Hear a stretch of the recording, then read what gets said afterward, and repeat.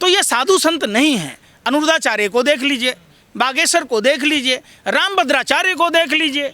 ये कभी अपने ही जाति के ब्राह्मणों को नीच और अधम कहते हैं, कभी दूसरी जातियों के बारे में बोलते हैं, कभी कुछ और बोल जाते हैं। तो जिस देश में, जिस धर्म में, जिस भारतीय सभ्यता संस्कृति में नारी को पूजने की परंपरा है, नवरात्र का समय है, जहां हमें बचपन से सिखाया जाता है, महिलाओं के सम्मान की बात की जाती है, महिलाओं को पूजने की बात की जाती है, उस धर्म में, उस धर्म के धर्मगुरु के वेशभूषा में औरतों की औकात 2 टके की बताता है।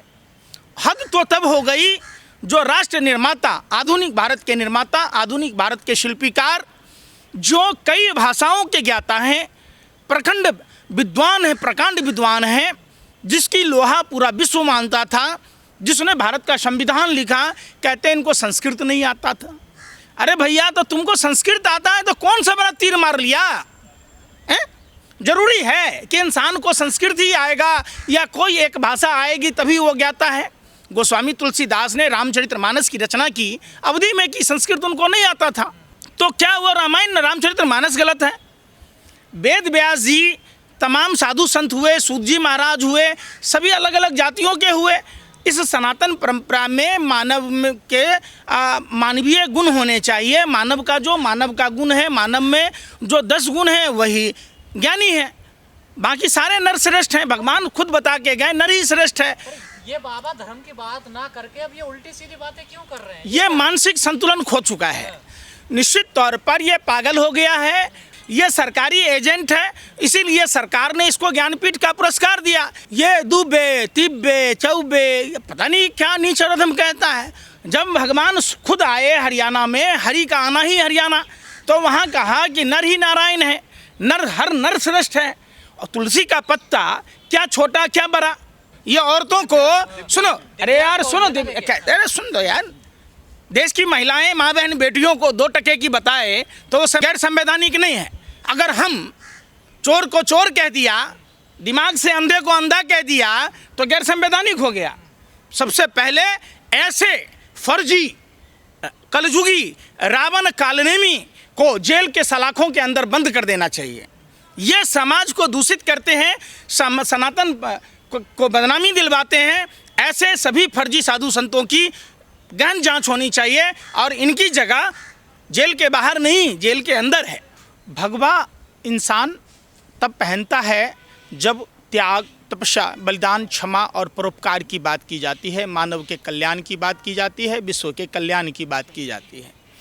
आजकल हर उठाई गिरा, चोर, उचक्के, मवाली, गुंडे, बलात्कारी सब भगवा का बेजा इस्तेमाल करने लगे हैं। भगवा वस्त्र वही व्यक्ति पहन सकता है, उसी को धारण करना चाहिए जो सांसारिक मोह मायाओं को त्याग दे। इंसान के जीवन में पहले औसतन उम्र 100 साल होती थी, 4 चरणों में बांटा गया है।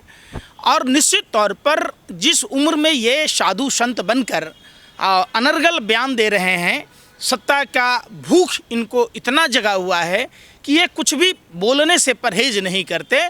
तो निश्चित तौर पर देश की आवाम को ऐसे धर्मगुरुओं से सावधान रहने की ज़रूरत है। रामायण ने साफ साफ संदेश दिया कि हर भगवा पहनने वाला, हर प्रभु श्री राम का नाम लेने वाला राम भक्त नहीं होता, सनातनी नहीं होता। साफ और स्पष्ट है। आप अब देखेंगे, चैत्यानंद को देख लीजिए, इसने कॉलेज खोल रखा था, तमाम लड़कियों को व्हाट्सएप चैटिंग करता था और उनके साथ न जाने किस तरीके का कुकर्म करने की कोशिश करता था। ये जांच चल रही है, गिरफ्तार भी हुए हैं। तो तमाम बाबा जेल में तो हैं, फिर भी कहाँ कुछ हो रहा है भाई? तो देखिए ना, पैरल पर राम रहीम को छोड़ दिया जाता है, सोनम वांगचुक को अंदर कर दिया जाता है। सोनम वांगचुक ने सेना के लिए क्या बनाया था? सोलर टेंट बनाया और उन्होंने बर्फ से भी जुड़ी हुई आविष्कार किया। हाँ, तो उनको जेल के बाहर होना चाहिए कि सेना के बेहतरी के लिए और काम करें। जैसे ही बीजेपी से सवाल पूछ ले, जेल एनएसए डाल दो। यही तो चल रहा है। पाकिस्तान से संबंध बताए जा रहे हैं, चाइना से। एक बात बताओ, पाकिस्तान से संबंध भाजपा का नहीं है क्या? पाकिस्तान से कंपनियों से चंदा कैसे लेता है? अब हमको बताओ। जिन्ना के रिश्तेदारों से चंदा कौन खाता है?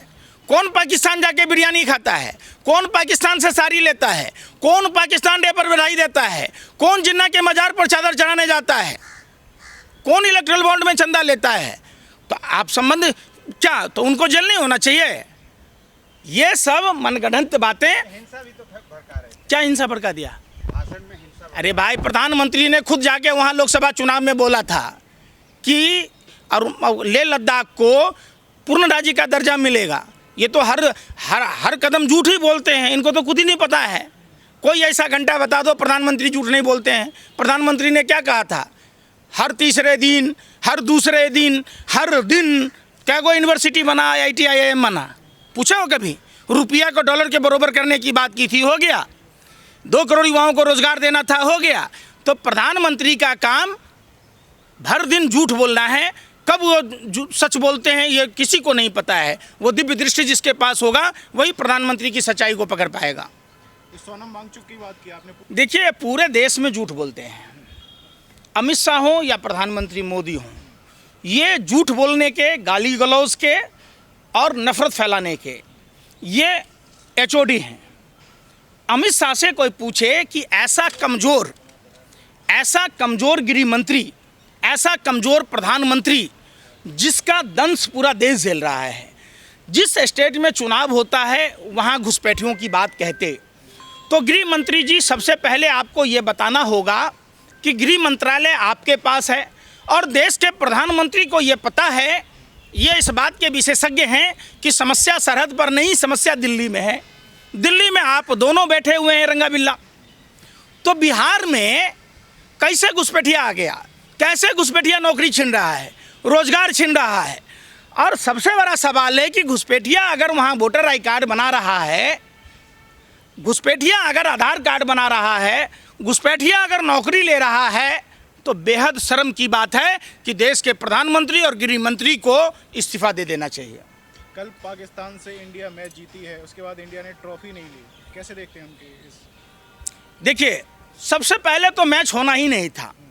मैच जीती, इसके लिए भारतीय टीम को तहे दिल से शुक्रिया अदा करता हूं, बधाई देता हूं कि उन्होंने पाकिस्तान पर 5 विकेट से जीत दर्ज की, समझिए। लेकिन जब आप जीत ही गए तो ट्रॉफी लेने में दिक्कत क्या है? और ये निश्चित तौर पर कहीं ना कहीं सरकारी प्रेशर इसमें लगता है, वरना आप खेल को राजनीति से ना जोड़ें। खेल, क्रिकेट जो है भारत के 140 करोड़ देशवासियों के लिए एक फेस्टिवल की तरह है, पर्व की तरह है। तो निश्चित तौर पर पाकिस्तान पर भारत की जीत सराहनीय है और भारत के सभी क्रिकेट खिलाड़ियों को बधाई। जो ट्रॉफी देने वाले थे वो पाकिस्तान के गृह मंत्री थे ना, कोई इस वजह से नहीं ली गई। देखिए, ये सब फिक्स है वाली बात है कि हमने पाकिस्तान का ट्रॉफी नहीं लिया, ये नहीं लिया, वो नहीं लिया। मैच क्यों कराया? BCCI, ICC, ये दोनों मतलब समझ रहे हैं बात। खेल, देखिए, क्रोनोलॉजी समझिए आप। इसमें कहीं ना कहीं एक साजिश षड्यंत्र प्रयोग की बू आती है।